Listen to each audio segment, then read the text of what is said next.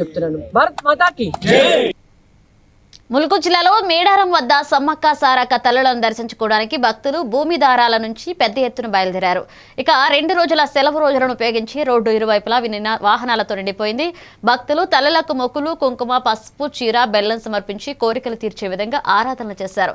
సమ్మక్క సారక్క నామస్మరాలతో మేడారం అభయారణ్యం భక్తుల ధన్యకీర్తితో కాంతిమంతమైంది. జనవరిలో జరిగే పెద్ద జాతర కోసం ముందస్తుగా భక్తులు సిద్ధమవుతున్నారు. ఈ వాతావరణం ప్రాంతాన్ని ప్రత్యేక ఆకర్షణగా నిలిచింది.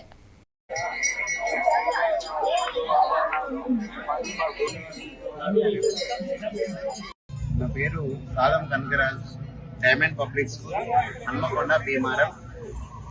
ఈరోజు డిసెంబర్ 25 యొక్క ప్రత్యేకతను పిల్లలకు ఒక హిందూ భావజాలాన్ని నేర్పించే ప్రక్రియలో మేడారం సమ్మక్క సారలమ్మ జాతరను చేయడం జరిగింది.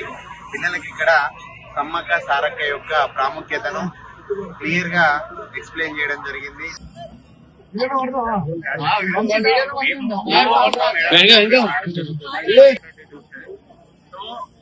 ఈ ఏడాది మేడారం జాతర చాలా ఘనంగా జరుగుతుంది.